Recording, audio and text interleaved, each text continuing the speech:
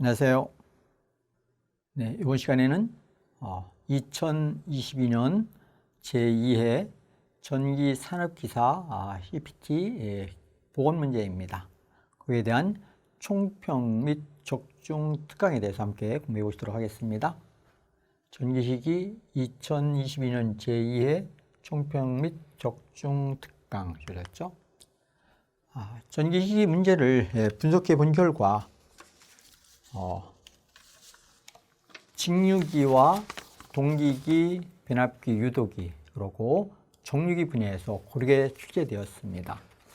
1편의 1장에 1장 직류기가 있었죠. 1장 직류기, 2장에 동기기, 3장 변압기, 4장 유도기, 5장 정류를 조졌죠. 여기다 특수기가 있습니다. 특수기가 조되어 있는데요. 직류기에 대한 문제는 4문항이 출제되었습니다. 4문제가 출제되었습니다. 그리고 동기기, 변압기, 유도기, 정류기에서는 2문제가 나왔죠. 그리고 특수기에서 2문제가 출제되었습니다. 보편적으로 이렇게 고르게 분포되어 있는 것은 예전과 똑같습니다. 문제 난이도를 보면은 난이도를 보니까 직류기 같은 경우에 예를 들어서 전동기에 대한 속도라든가 직류 발전기에서의 어떤 특성들이 주어졌습니다. 직류 발전기에 대한 기본적인 개념들을 놓았거든요. 그래서 보편적으로 문제들이 약간은 외지에서 이렇게 나오는 분야가 있습니다만은 어려운 것은 하나도 없었다고 볼 수 있습니다. 아주 난해한 문제는 없고 표준적인 문제들이 많이 나왔습니다. 직류기.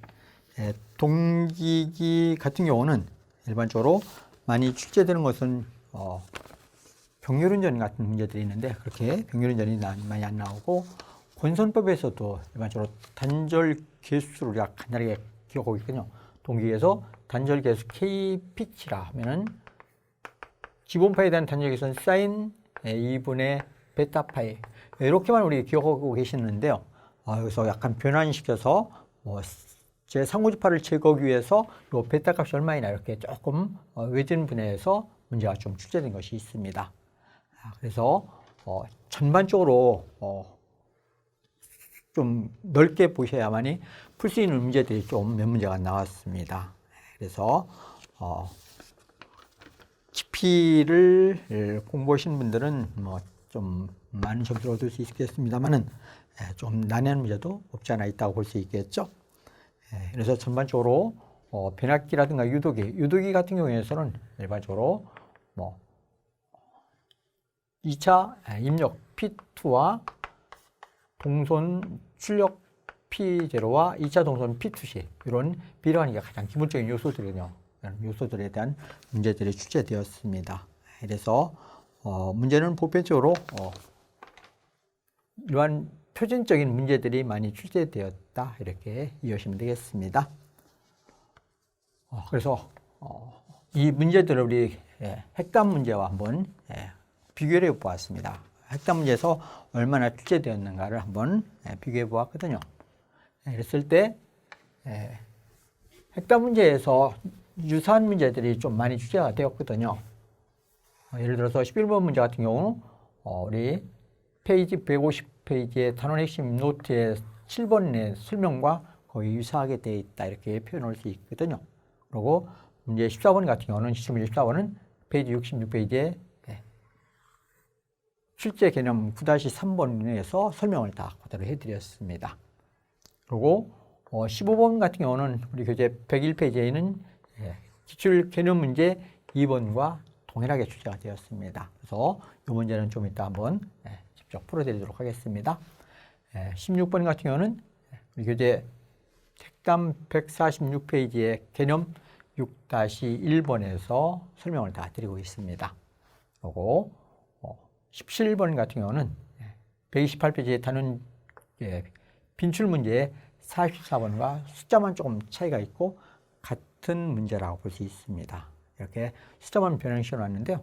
우리 교재를 좀 이해를 많이 하시면은 충분히 풀 수 있는 그런 문제들로 이루어져 있다 보시면 되겠습니다.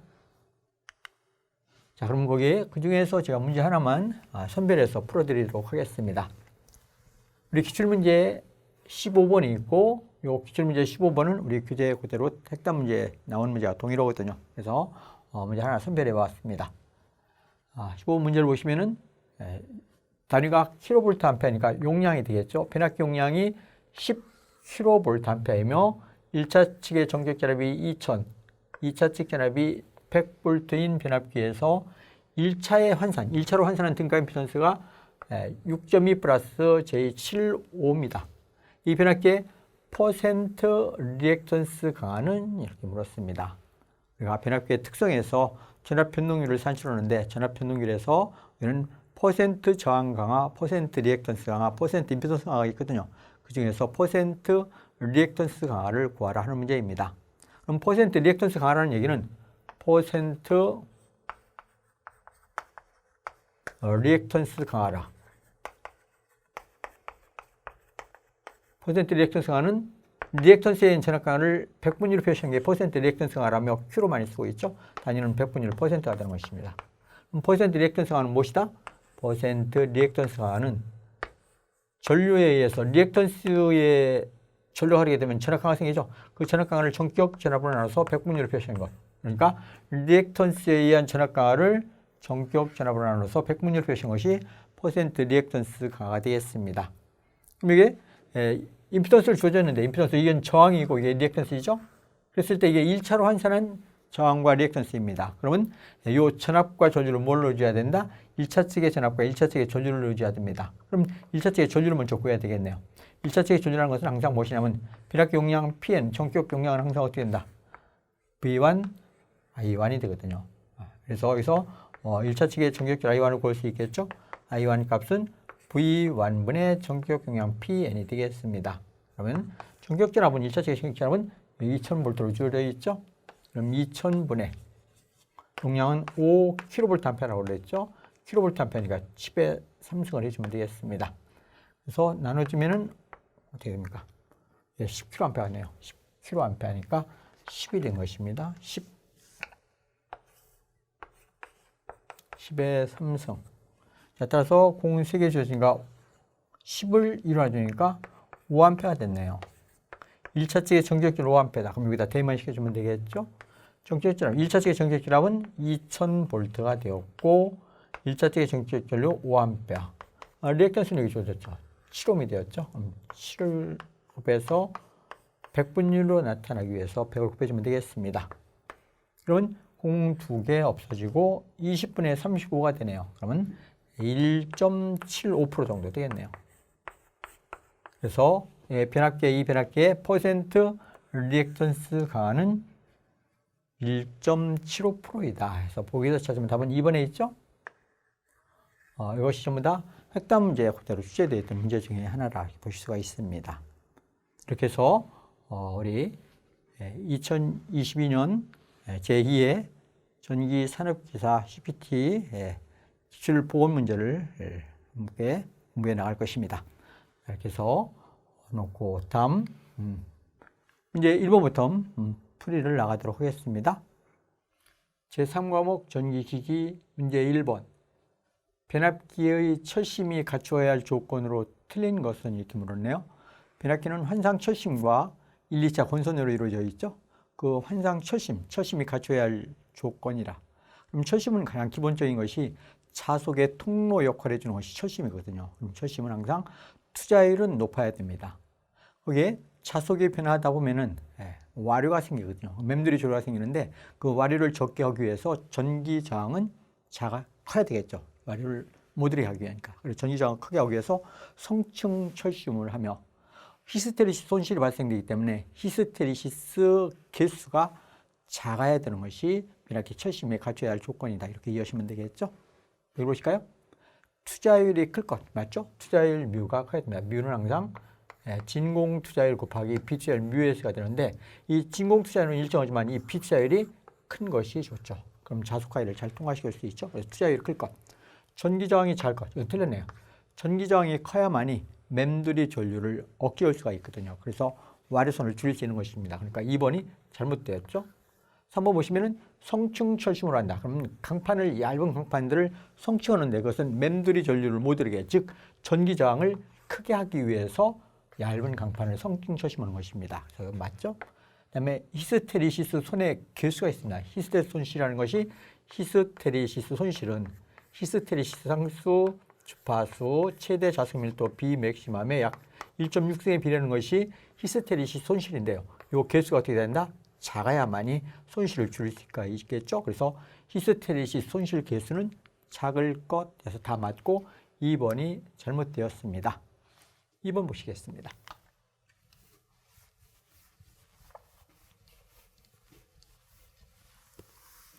이제 2번, 직류 전압을 직접 제어하는 것은 이렇게 말하네요. 직류의 전압을 직접 제어한다.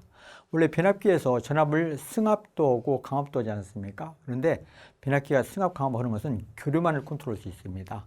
직류는 제어가 안 되거든요. 그럼 직류를 제어하는 것은 반도체 소자로서 초포회로라는 것이 있습니다. 초포라는 것은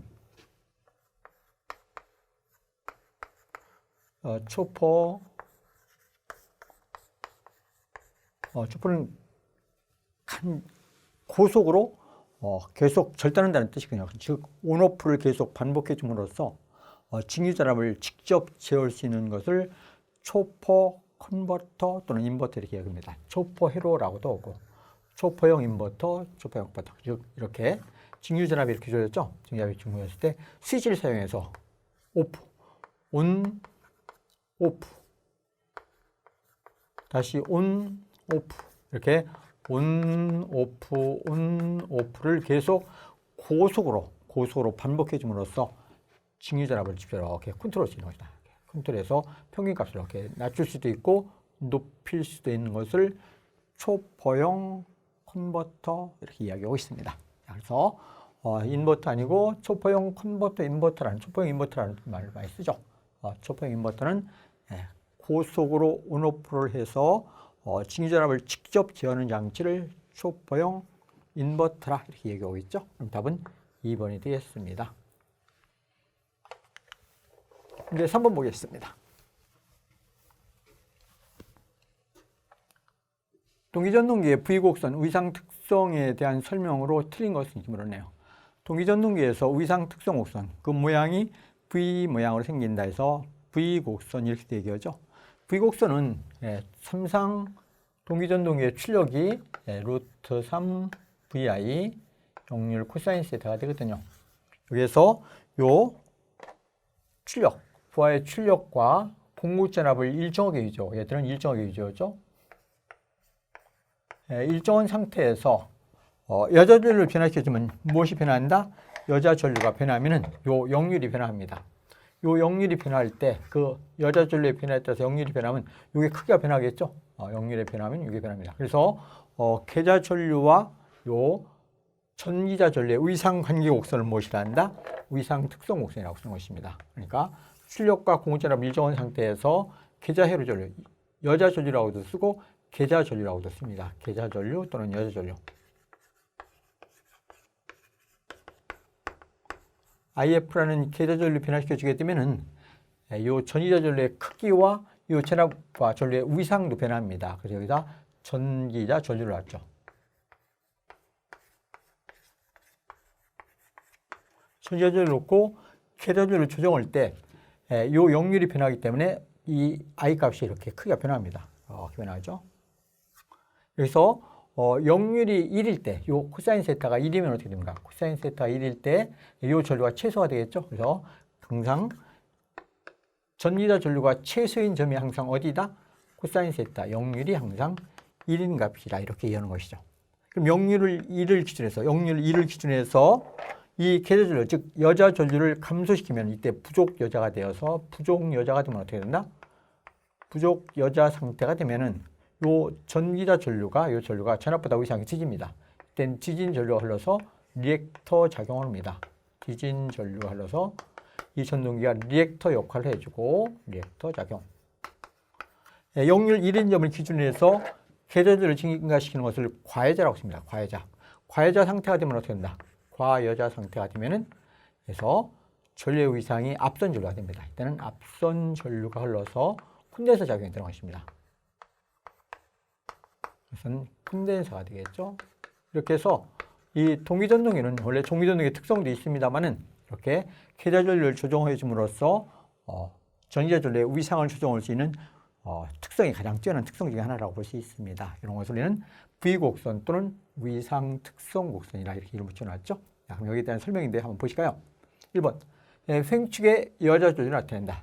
계좌전류, 즉 여자전류 같은 얘기입니다. 여자전류, 계좌전류 같은 표현이라 주시죠. 그래서 여자전류를 나타낸다. 맞죠? 종축에는 전기자전류를 나타낸다. 그렇죠? 여기는 종축에는 전기자전류를 나타내죠. 맞습니다. 한번 V곡선에서 최저점에서의 역률은 0이다. 아니네요. 전류가 최저인 값에서 역률이 어떻게 된다? 1이 돼야 되거든요. 그럼 역률 1이 돼야 되는데 0이라고 하니까 틀렸죠? 역률은 최저점에서 역률은 1이 돼야 한다. 해야 됩니다. 그래서 답은 3번이 잘못되었네요. 4번도 보실까요? 동일 출력에 대해서 여자가 약한 경우에는 지진 역률이 된다. 그렇죠? 여자가 약하다면 부정여자가 되죠. 부정여자가 되면 지진 전류가 흘러서 리액터 작용을 하더라. 그래서 다 바른 편이 되며 3번만 잘못되었습니다. 4번 가시겠습니다.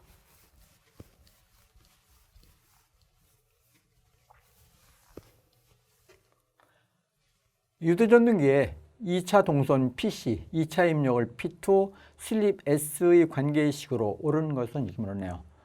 전동기의 입력과 2차 측의 입력과 출력과 2차 동선의 관계이거든요. 이것이 전동기의 등가위로 그리면 2차 측에 들어갑니다. 2차 측. 1차 측은 생략하고 2차 측만 보시면은 저항과 리액턴스가 있죠. 리액턴스가 있고 이게 저항이 있습니다. 등가 저항이라서 연결되어 있죠. 원래는 단락되어 있지만 이렇게 등가 저항을 볼 수 있는 것입니다. R2, 이게 X2, 이게 E2가 되는 것이죠. 그랬을 때 여기 2차가 되는데 회전자를 우리는 2차 측이라고 하죠. 회전자, 유도전등의 회전자, 이것을 2차라고 합니다. 2차 측이 전류가 흐르게 되면은, 2차 측이 전류가 흐르게 되면은, 그래서 입력과 출력과 동선의 B가 있는데요. 2차 입력. 2차 입력을 P2라고 쓰고 출력을 P0. 기회적 출력이라고 씁니다. 출력을 P0. 2차 동선을 P2C. 2차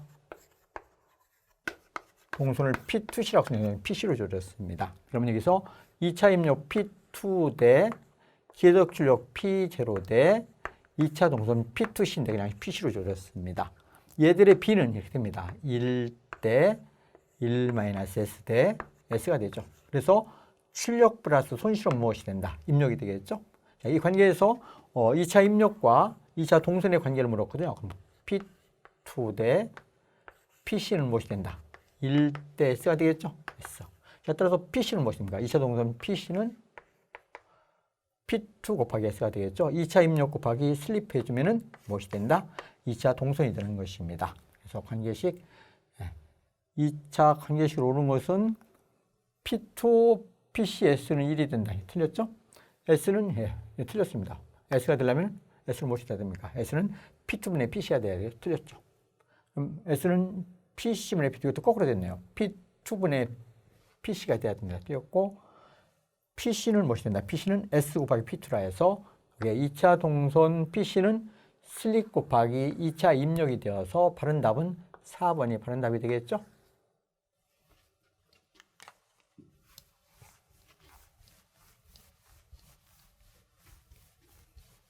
문제 5번 보겠습니다.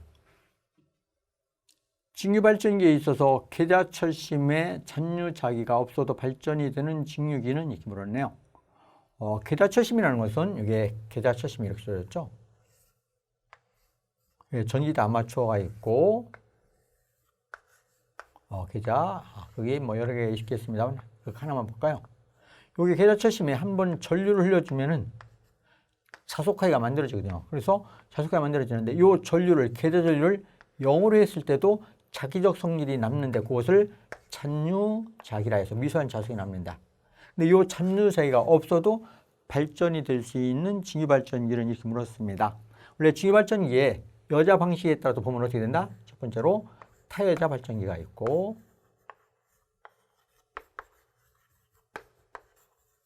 두 번째로 자여자 발전이라는 것이 있습니다.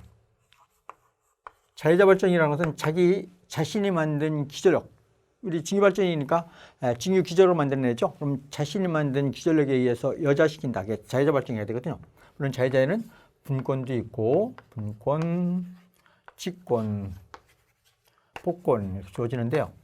이런 자여자 발전기에서는 항상 여기에 잔유자의가 있어야만이 발전이 되겠습니다. 근데 타여자 발전기는 독립된 증유전원에서 여기다 전원을 공급해주거든요. 독립된 증유전원에 의해서 여기다 전기를 공급해주기 때문에 여기에 잔유자의가 없어도 전원 2V의 전원만 공급해주면 자석화기가 만들어지거든요. 그래서 잔유자의가 없어도 발전이 될 수 있는 발전기는 무슨 발전기다? 타여자 발전기가 되겠습니다. 분권, 직권, 복권은 전부 다 자여자 발전기거든요. 그럼 타여자 발전기 3번이 답이 되겠죠?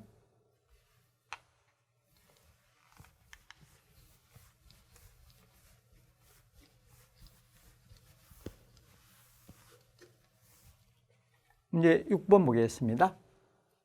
고압 단상면압기의 퍼센트 임피던스 강화 4%, 2차 전격 전류가 300A 하면 전격 전압의 2차 탈락 전류는 그렇습니다.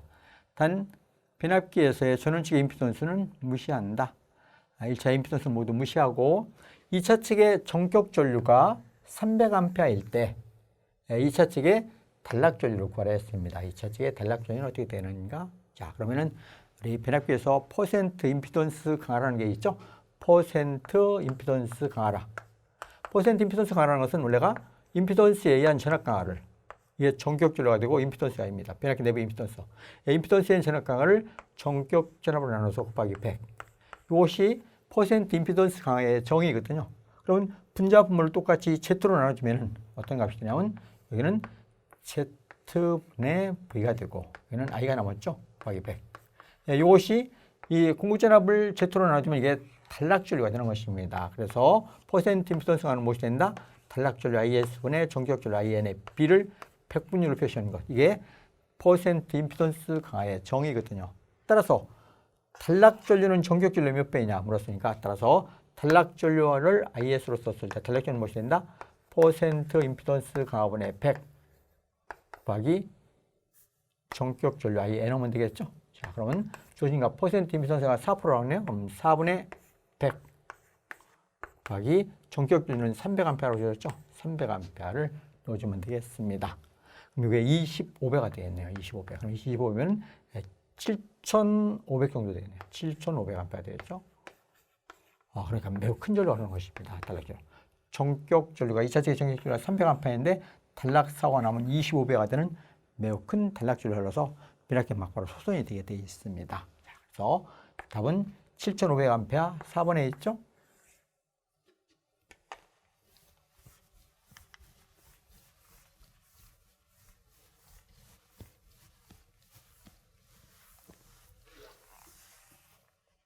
이제 7번 보겠습니다. 권선형 유도전동기의 속도와 토크 곡선에서 비례추이는 그 곡선이 무엇에 비례하여 이동하는가 물었습니다. 삼상 권선형 유도전동기에서는 회전자 2차 측에다 외부에서 저항을 연결해 주게 되면 그 토크 특성 곡선이 비례해서 이동하거든요. 근데 그 비례해서 이동하는데 그 비례추이는 무엇에 비례해서 그 곡선들이 이동하는가? 물론 토크의 비례추이도 있고 전류, 입력, 역률 여러 가지가 비례추이가 되는데 그 중에서 토크의 비례추이를 물었습니다. 원래 유도전동기에 동기 와트로 표시한 토크 타우 S라고 쓰는데요. 이것은 2차 입력과 비례하게 되어 있습니다. 2차 입력과 정비례거든요. 그래서 동기 와트로 표시한 토크입니다. 그럼 2차 입력의 정비례인데 이 값이 무엇이 된다? R1 플러스 S분지 R2 프라임 2차 측의 저항을 환산했다는 뜻입니다. 이거의 제곱 플러스 x1 플러스 x2 프라임의 제곱분의 v1의 공구전압의 제곱 곱하기 s분의 r2가 되거든요. 이게 동기와트로 표시한 유도전동의 토크입니다. 그러면은 일반적으로 이 공급전압이 일정한 상태에서 2차 쪽 위에 저항을 변화시켜주면 어떻게? 외부에서 저항 R2에다가 플러스 외부에서 연결을 저항 R가 됩니다. 이렇게 해서 예를 들어서 이걸 2배로 증가했다. 그럼 그대로 슬립이 이렇게 비례해서 변합니다. 그래서 2차 측에 외부에서 저항을 연결해서 2차 합성 저항을 변하게 되면은 그대로 비례해서 슬립이 비례하고 슬립이 변하니까 이 토크 특성 곡선이 비례해서 이동하는 것입니다. 즉 곡선이 이렇게 이동하거든요. 저항이 제로일 때 이게 기동시 S 이퀄로 1이며 S 이퀄로 0일 때 토크 특성선 동기와 또 표시한 토크 TS가 되죠. 그럼 토크 특성선은 일반적으로 2차 측 저항이 제로일 때 이렇게 됩니다. 그럼 2차 측의 저항을 증가시키면 어떻게 되냐? 이 최대 토크는 이 최대 동기화도로 표시한 최대 토크는 불변이거든요. 2차 측의 저항을 증가하면 어떻게 된다? 이 토크 특성선이 이렇게 이동하는 것입니다. 2차 측의 저항을 더 증가하면 어떻게 된다? 이렇게. 2차 측의 저항을 더 증가하면 이렇게 토크 특성선이 이렇게 비례해서 이동하는 것입니다. 그래서 기동 토크를 최대 토크와 같도록 할 수 있는 이런 것이 요대의 토크 특성 곡선에 대한 비례치라거든요. 그럼 항상 무엇에 비례해서 이동하더라? 2차 합성 저항에 비례해서 이동하는 것입니다. R2 플러스 외부에서 연결한 저항 R. 요 2차 합성 저항에 비례해서 지금 변화하더라. 2차 합성 저항이라고 했습니다. 합성 저항에 비례해서 토크 특성 곡선이 이동하더라. 이해하시죠? 따라서 보기서 시험은 답은 4번에 있죠. 그냥 2차 저항이라고 썼습니다. 그냥 합성 저항을 그냥 2차 저항이라 표현했죠. 답은 4번이 되겠습니다.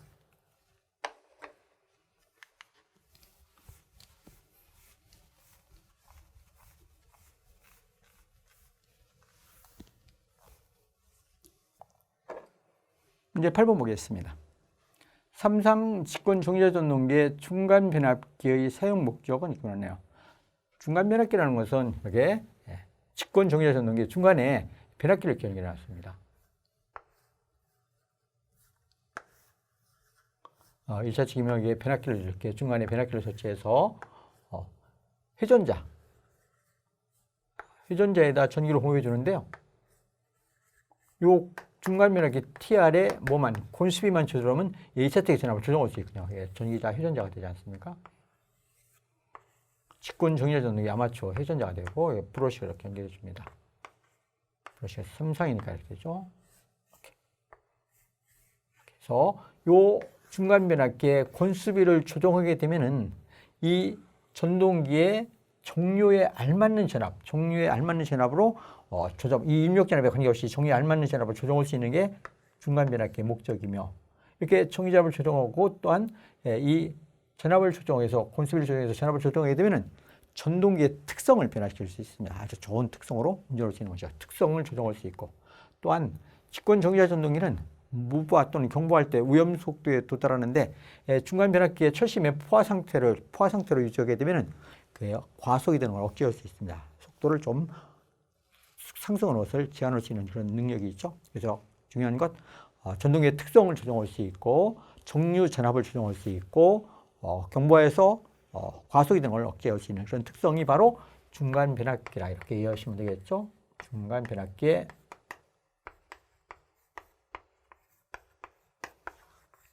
어떤 특성을 묻는 것입니다. 보기를 보실까요? 역회전 방지에 관계가 없죠. 역회전을 위해서도 아니고 전동기의 특성을 조정한다. 콘스비를 조정하게 되면 전동기의 특성을 조정할 수 있는 특성이 있죠. 그래서 바른 표현이 되겠네요. 특성을 조정한다. 직권 특성을 얻기 위해서.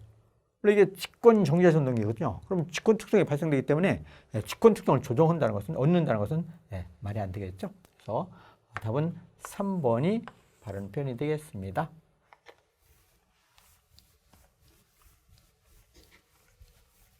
이제 9번 보겠습니다. 전기자의 지름이 D미터, 길이가 L미터가 되는 전기자 권선을 감은 직류 발전기가 있다. 자극의 수 P, 각각의 자속의 수 파이 웨버일 때 전기자 표면의 자속의 밀도는 물었네요. 전기자 표면의 자속의 밀도는 어떻게 되는가? 이런 얘기죠. 전기자가 이렇게 조져졌죠. 축방의 길이 L미터입니다. 계좌가 있습니다. 이게 1극당 나오는 자속의 파이입니다. 전기자 직경이 L미터이고, 축방의 길이가 L미터이고, 직경은 D미터입니다. 그랬을 때 이 전기자 표면에서의 자속의 밀도를 구하는 얘기입니다. 이 표면에서의 자속의 밀도는 어떻게 되겠는가? 국수는 뭐 여러 가지가 있겠죠. 사극도 있고 육극도 있고 국수가 여러 가지가 있습니다. 자, 그럼 보실까요?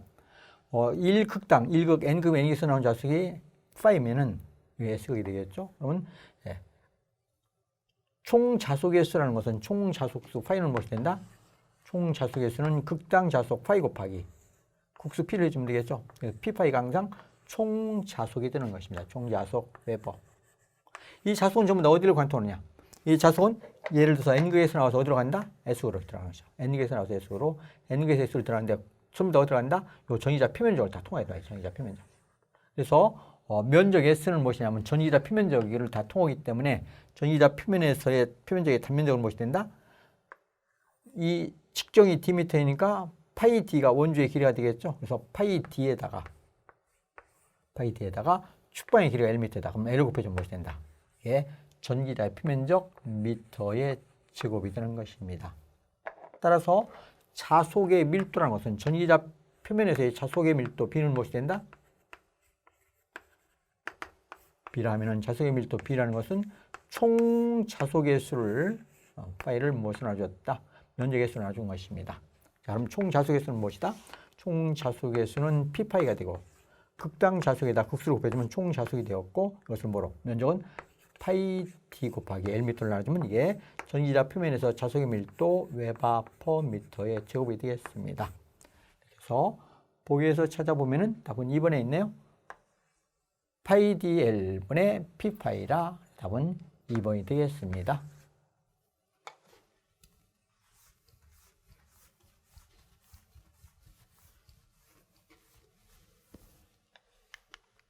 문제 10번 보겠습니다. 삼상 동기발전기의 전기자 본선을 Y결선으로 하는 이유 중에서 델타 결선과 비교할 때 장점이 아닌 것은 이렇게 물었습니다. Y결선에서의 장점이 아닌 것? 자, 전기자는 동기발전기는 삼상 동기발전기거든요. 그럼 전기자 본선을 이렇게 하나, A상, B상, C상 이렇게 됐을 때 전부 다 동기발전기는 스타 결선을 많이 합니다. 전부 다 스타 결선을 하더라. 왜 델타 결선을 안고 스타 결선을 하느냐? 이유를 물었거든요. 장점, 좋은 점이 있습니다. 가장 기본이 무엇을 넣을 수 있다? 중성점을 이렇게 접촉할 수 있습니다. 중성점을 접촉할 수 있는 좋은 점이 있죠. 중성점을 접촉하게 되면은 이 선로에서 동기발전기는 운송해야 될 거 아니겠습니까? 전기가 만들어지면 운송하는데 운송하는 과정에서 지락사가 많이 나옵니다. 만약 비접촉계통에서는 지락사가 나오면 이상전압이 발생됩니다. 전격전압의 약 2배 정도 되는 이상전압이 발생될 수 있는데 이상전압을 억제할 수 있습니다. 이상전압 발생 억제. 좋은 점은 Y결선에서 중성점을 접지할 수 있으므로 중성점 접지를 하게 되니까 지락사고가 나와도 이상전압 발생이 적고 또한 보호궤전기 동작은 확실하게 되는 좋은 점이 있죠. 그리고 이게 일상의 기술력 2가 되고 이게 선간전압이 되는데 항상 이 선간전압은 상전압 루트 3배로 증가하는 것이죠. 요거를 얘기하면은 이 선간전압보다 본선의 전압이 그만큼 루트 3분의 1로 줄어듭니다. 그러면 상전압이 선간전압보다 루트 3분의 1로 줄기 때문에 상전압이 선간전압보다 루트 3분의 1로 줄기 때문에 저런 레벨을 낮출 수 있고 또한 여기서 이게 아주 높은 전압이거든요. 높은 전압인데 그래서 코로나 현상들이 나올 수 있습니다. 어떤 구구조로 전자가 밖으로 유출돼 나오는 코로나 현상이 있거든요. 그런 임계 전압이 낮아짐으로써 여기 건선 전압이 낮아짐으로써 코로나 현상도 줄일 수 있습니다. 그래서 코로나 손 감소를 시킬 수 있다. 코로나 현상을 감소시킬 수 있다. 코로나 손실을 줄일 수 있다. 코로나 손 감소 되겠죠. 그리고 이게 상전압이에요. 상전압에 제3고주파가 포함될 수 있거든요. 3고주파. 여기에 상전압에 3고주파가 있을지라도 이 선간전압에는 상고주파가 소멸됩니다.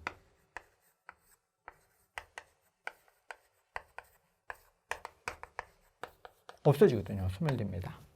그래서 전압줄의 파형이 좀 개선이 될 수 있는 이런 좋은 점들이 있다 보시면 되겠죠.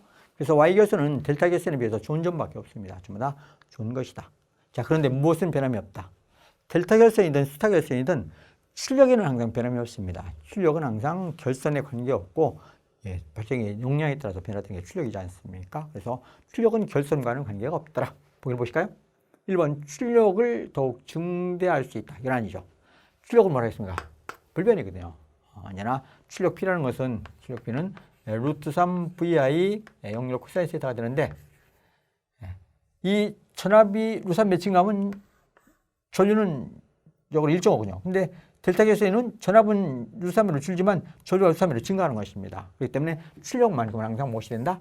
일정하게 됐더라. 이렇게 이해하시면 되겠습니다. 결선에 관계없이 출력은 일정하다. 나머지 전부 다 맞죠. 본선의 코로나 현상이 적어지고 고주파 순환 전류가 없어지고 본선 보호 및 이상전압 발생 대책 용이하다. 이상전압이 접지력에 되면 발생하지 않습니다. 그래서 다 맞고 1번만 잘못되었네요. 문제 11번 보겠습니다. 유도전동기의 특성에서 토크와 2차 입력 및 동기속도와의 관계는 이렇게 물었네요. 토크는 2차 입력과 동기속도와는 어떤 관계가 있는가 하는 문제이죠. 유도전동기의 토크 타우는 어떻게 되느냐? 토크 타우는 모든 전동기의 토크는 오메가분의 P가 됩니다. 오메가는 각속도로서 2파이 60분의 N분지 출력 P가 되죠. 출력 P. 이게 유도전동기의 토크 값이 되거든요. 여기에서 요 P와 N을 동기속도와 동기와트로 표시하면 이것을 어떻게 바뀐다? 바뀌게 되겠죠. 2파이 60분의 요 N은 동기속도 NUS의 1-S가 됩니다. 출력은 2차 입력에 1-S가 되거든요. 그래서 1-S, 1-S 소거하면 무엇이 된다?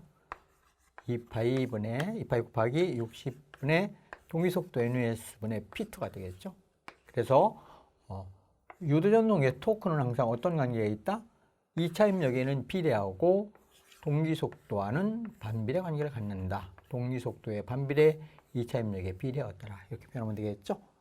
보기를 보겠습니다. 토크는 2차 입력과 동기속도의 고배 비례한다. 틀렸죠? 토크는 2차 입력에 반비례하고 비례하는 게 틀렸죠? 3번 토크는 2차 입력에 비례하고 동기속도에 반비례한다. 그럼 3번이 바른 표현이 되겠네요. 2차 입력에 비례하고 동기속도와는 반비례 관계를 갖는다. 3번이 되겠습니다.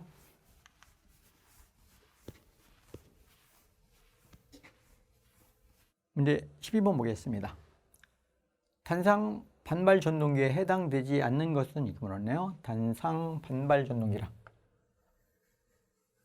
그래서 단상 반발 전동기는 브러쉬의 이동에 따라서 속도를 컨트롤할 수 있는 그런 특수한 전동기를 단상 반발 전동기라 이렇게 놓쳐놨죠. 그 단상 반발 전동기는 일반적으로 크게 한 3가지 정도가 있습니다. 데리, 톰슨, 아트킨슨 이런 단상 반발 전동기들이 있습니다. 한번 보기를 보실까요? 아트킨슨, 데리, 톰슨 이것은 단상 반발 전동기들의 종류가 됩니다.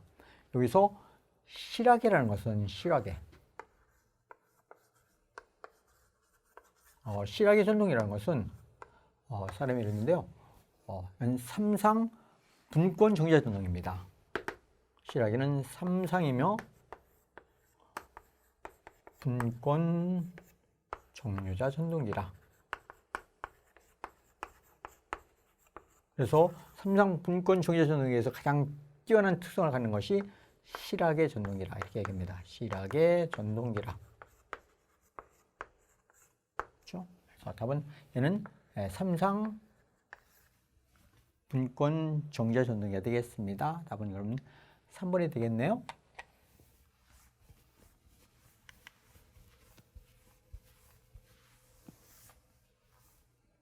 문제 13번 보겠습니다. 증유 분권 전동기가 단자 전압 215V, 전기계절 50A, 1500rpm으로 운전되고 있을 때 발생 토크는 약 몇 뉴턴 메타인가 물었습니다. 단 전기자 저항은 0.15입니다. 자, 항상 전동기의 토크는 어떻게 된다? 전동기의 토크 타우는 2파이 60분의 N분지 P가 되죠. 근데 여기서 P라는 것은 항상 무엇이 됩니까? P라는 것은 역기전력 E 곱하기 전이전 IA가 되거든요. 이것이 직류 전동기의 토로크가 되겠습니다. 자, 그럼 여기서 모든 것은 다 주어져 있는데요. 요 기전력 E를 산출해야 되죠. 역기전력 E는. 기전력 E라는 건 역기전력이거든요. 역기전력 E는 항상 궁극전압으로부터 뭘 빼주면 된다? 전압강 IA, RA를 빼주면, 전압강을 빼주면, 전압으로부터 전압 강화를 빼주면 역기전력 E가 되겠죠? 자, 그래서 여기다 넣어주십시오. 공급전압은 215V로 줘졌고 215V 마이너스 전지전율은 50A. 전기자 권선의 저항 0.15로 내줬죠? 그래서 5V를 빼주네요. 그럼 얼마가 됩니까? 210V가 되었습니다. 자, 그럼 여기다 대입만 시켜주면 되겠네요. 2파이에다가 60분의 회전 속도가 1500rpm으로 되었죠? 1500rpm이다. 그럼 출력비는 E가 210V가 됐죠? 210V 곱하기 전이전은 50A로 주어졌습니다. 이걸 한번 계산해 보면은 이것은 66.88 정도가 나올 것입니다. 그래서 답은 66.9가 있죠? 뉴턴 메타이거든요. 뉴턴 메타에서 답은 4번의 답이 있습니다.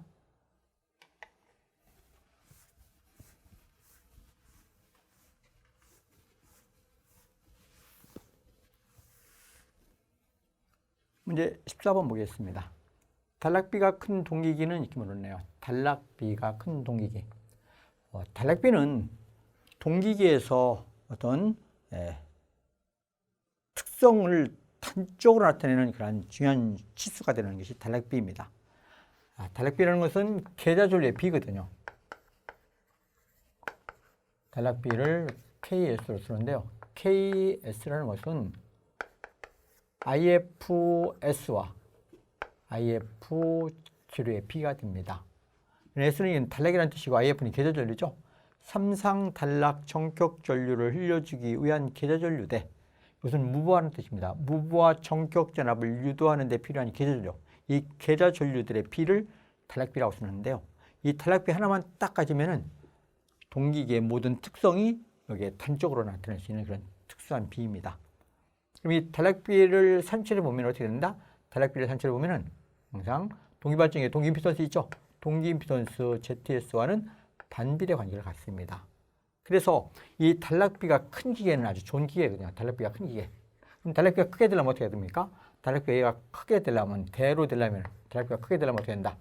동기 임피던스는 반비례니까 작아야 되겠네요. 자, 그래서 단락비가 큰 기계는 어떤 특성을 가지냐면 첫 번째로 단락비가 큰 기계입니다.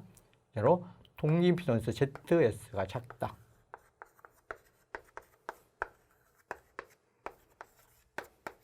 동기 임피던스가 작게 되니까 어떻게 된다? 전압 변동률도 작아집니다. 전압 변동률 작다. 이 ZS는 한마디로 반작용 리액턴스가 주를 이루는데 전기자 반작용이 작아집니다. 전기자 반작용이 작죠? 항상 출력은 동기 임피던스와 반비례 관계가 그냥 출력이 증가합니다. 출력은 증가하고. 자, 가장 중요한 게 무엇이다? 가장 중요한 것이 모든 것이 다 좋은 것들이거든요. 출력이 크다는 얘기는 힘도 좋다는 얘기입니다. 건강하다는 얘기죠. 한마디로 안정도가 높습니다. 과부하 내량이 크고 과부하에 대한 과부하 견딜 수 있는 내량, 능력, 내량이 크고 중요한 것은 안정도가 높다. 이렇게 과부하 내량이 크고 안정도가 높게 되기 위해서는 전기자 반작용을 작게 하기 위해서는 계좌가 커져야 됩니다. 계좌가 커야 되거든요. 그럼 계좌가 커지고 계좌가 커지니까 손실이 약간 증가하고 계좌가 커지면 공급도 커져서 기계 치수가 약간 증가하기 때문에 가격은 조금은 고가입니다. 그리고 손실이 조금 증가하겠죠. 철수는 약간 증가하는 그런 맹점도 있습니다만은 이런 좋은 점들이 많기 때문에 단락비가 큰 기계는 좋은 기계다. 그렇게 이해하시면 되겠습니다. 단락비가 큰 기계 이런 특성을 가지고 있다. 뭐 이외에도 또 특성들이 있는데 이렇게만 이해하시고 보기를 보실까요? 1번 큰 동기기는 안정도가 높다. 이게 가장 중요한 특성이 되겠죠? 그럼 답은 1번이 그냥 맞는 답이 되겠네요. 나머지 다 틀렸겠죠? 전압 변동률은 작아야 됩니다. 작아지고 기계가 커져야 되죠. 기계는 기자력을 크게 만들어줘야 전기자 반작용을 작게 하기 때문에 기계 치수가 커진다. 전기자 반작용은 작아진다. 다 틀렸고 1번만 바른 답이 되겠습니다.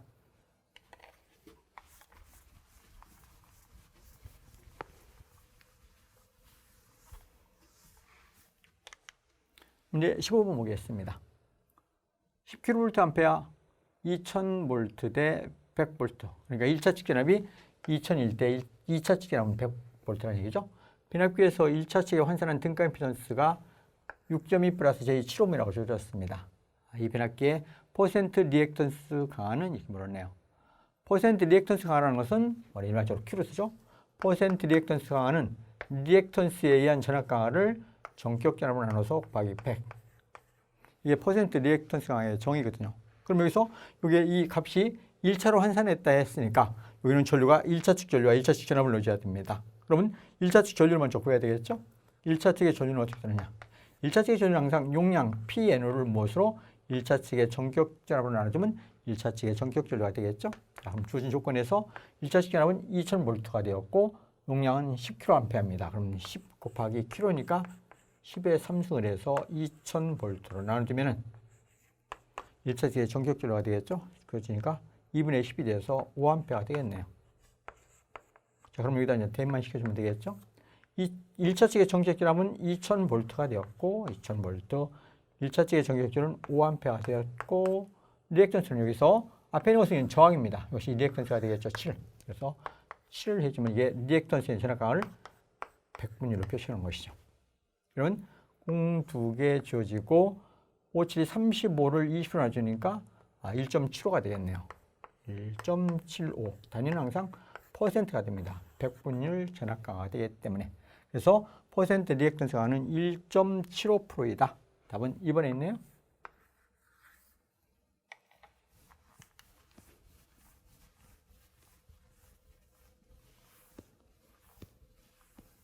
이제 16번 보겠습니다.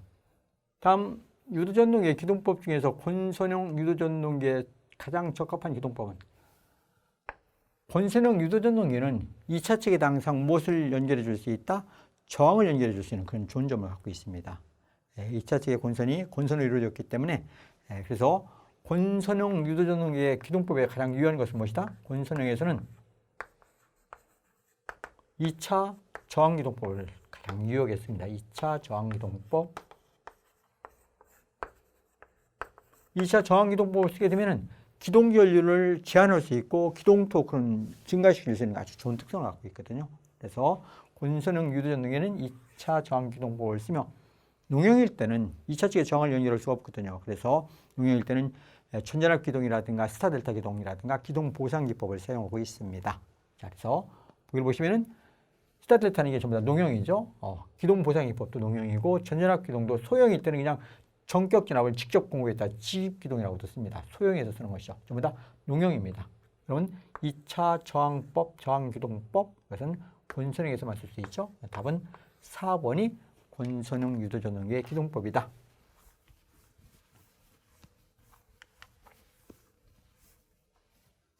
이제 17번 보겠습니다. 전부하에 있어서 철선과 동선의 비율이 1대2인 변압기에서 효율이 최고인 부하는 전부하의 약 몇 프로인가? 효율이 최고가 되기 위해서 몇 프로 부하에서 효율이 최대가 되느냐 하는 문제입니다. 항상 효율 레타는 어떻게 된다? n분의 1 부하 시의 효율이라는 것은 원래 변압기에서 VI 0률 코사인 세타가 일반적으로 효율이지 않습니까? 출력이지 않습니까? 그럼 여기도 VI 0률 코사인 세타. 여기다 무부하선은 PI. 동선 PC, 전부하선은 PC를 쓰면요. 이게 전부하일 때 효율입니다. 자, 그런데 n분의 1 부하, 부하가 n분의 1 줄었다. 그러니까 변압기 용량이 예를 들어서 300인데 부하 용량이 150이다. 그럼 2분의 1 부하. 300인데 100이다. 그럼 3분의 1 부하. 이런 걸 총칭해서 n분의 1 부하라고 씁니다. 그럼 여기다 n분의 1배를 해줘. 왜? 전류가 n분의 1 부하가 걸리면 전류가 n분의 1로 줄거든요. 전압은 일정한데. 그래서 여기에 항상 I 옆에다 n분의 1만 치워주면 되겠습니다. 이 무부하선은 부하 전류와 관계가 없습니다. 부하가 많든 적든 항상 일정하죠. 그러니까 얘는 n분의 1과 관계가 없습니다. PC는 전류의 지구배 비례이기 때문에 n분의 1호의 지구배 비례는 게 동선입니다. 자, 그럼 항상 최대 효율의 조건은 무엇이 된다? 이 값과 이 값이 같아져야 되겠죠. 그래서 최대 효율이 되기 위해서는 최대 효율의 조건은 무엇이다? 최대 효율의 조건. 고정선과 부하선이 같아야 되는데, 즉 PI와 n분의 1의 제곱 PC가 같아야 되죠. 그럼 몇 프로 부하해서 효율이 최대가 되냐면은 n분의 1을 구하는 얘기입니다. 그럼 n분의 1은 어떻게 됩니까? n분의 1로는 PC분의 PI에 제곱이 있으니까 제곱근을 지어주면 되겠죠? 그럼 주어진 조건에서 PC가 2일 때는 1이라겠군요. 그럼 루트 2분의 1이 되네요. 루트 2분의 1은 0.707입니다. 그럼 100분율 하면 약 몇 프로에서? 약 70% 부하해서 70% 부하해서 효율이 최대가 됐더라. 이렇게 해서 보기에서 찾으면 답은 3번에 있네요.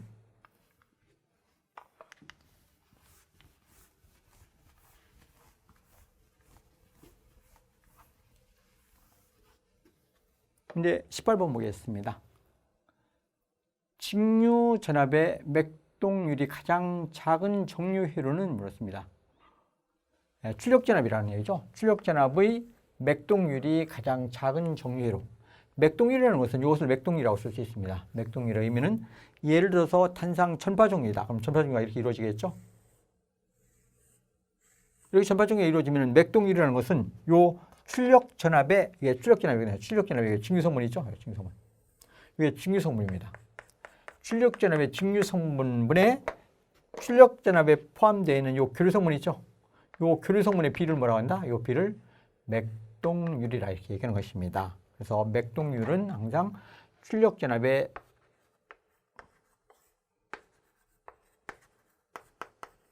맥동률을 일반적으로 뉴로 많이 쓰고 있습니다. 뉴는 무엇이 된다? 출력 전압에 포함되어 있는 직류 성분입니다. 직류 성분이 생각한다. 직류 성분분의 직류분의 출력 전압에 포함된 교류 성분의 시료값입니다. 교류의 시료값. 시료값의 비를 맥동률이라 해서 백분율로 표시하거든요. 이 맥동률은 산출은 이렇게 간단하게 암기하시면 좋습니다. 우리 정류회로는 탄상 반파가 있고 반파, 탄상 전파, 삼상 반파, 삼상 전파가 있죠. 이럴 때 탄상 반파 종류의 맥동률이 얼마가 된다? 이 맥동률은 121%가 됩니다. 탄상 전파는 48%, 반파는 삼상 반파는 17%, 전파는 4% 이런 맥동률을 갖거든요. 이건 암기하시면 됩니다. 121, 48, 17, 4%. 그러면은 가장 맥동률이 작은 것은 가장 밑에 있는 것 삼상 전파. 항상 삼상 전파는 무엇과 같다? 육상 반파와 같은 것입니다. 그래서 맥동률이 가장 작은 것 삼상 전파 종류라 답은 4번에 있네요.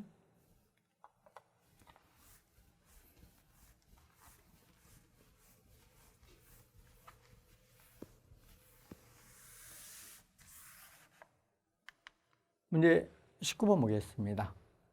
직류 분권 전동기 운전 중 계좌원선의 저항이 증가할 때 회전 속도는 물었습니다. 직류 분권 전동기 회전 속도 N은 어떻게 된다? 회전 속도 N이라는 것은 비례상수 K분의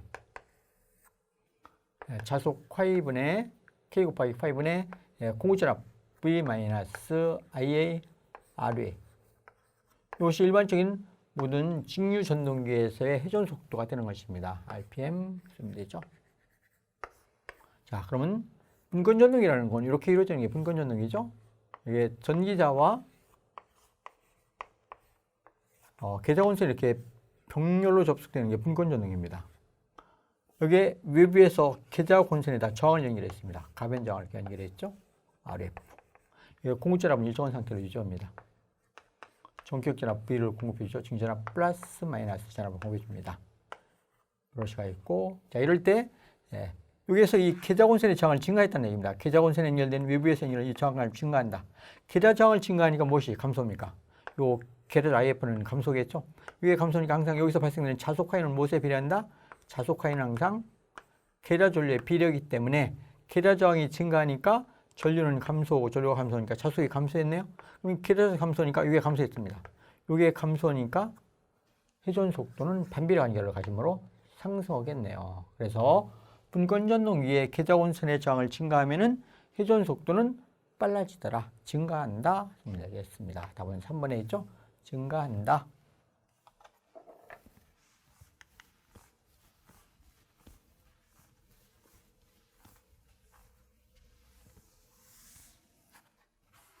문제 20번 보겠습니다. 삼상 동기발전기의 각상의 유기기전력 중 제3고조파를 제거하려면 코일 간격과 극간격은 어떻게 되는가? 극간격 대 코일 간격의 비를 물었네요. 몇 고조파를? 제3고조파를 제거하기 위한 것입니다. 그럼 동기발전기에서 단절 계수라는 게 있죠? 단절 계수는 어떻게 되느냐? 단절 계수를 K피치라고 해서 기본파에 대한 단절 계수는 기본파는 어떻게 된다? 기본파는 사인 2분의 베타 파이가 되는 것입니다. 이게 기본파죠. 그러면 제3고조파를 제거해야 된다니까 3고조파에 대한 단절 계수, 고조파의 단절 계수입니다. 고조파.